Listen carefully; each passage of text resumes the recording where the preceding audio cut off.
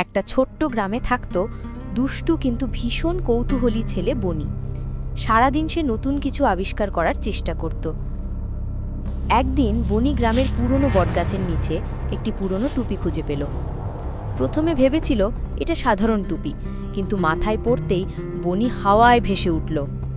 টুপিটা আসলে ছিল জাদুর টুপি। এটা পরে কেউ চাইলে জিনিসপত্র জীবন্ত হয়ে উঠতে পারত।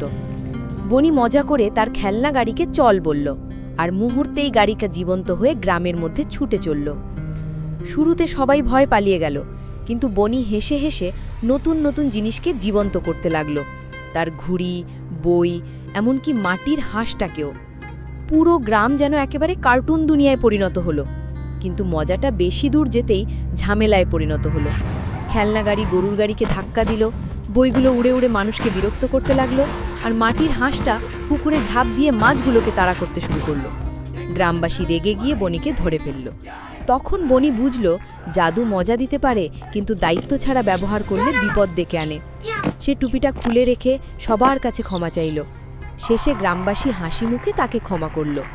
বনি প্রতিজ্ঞা করল আর কখনো দুষ্টুমি করে নয়, বরং ভালো কাজের জন্যই টুপির জাদু ব্যবহার করবে।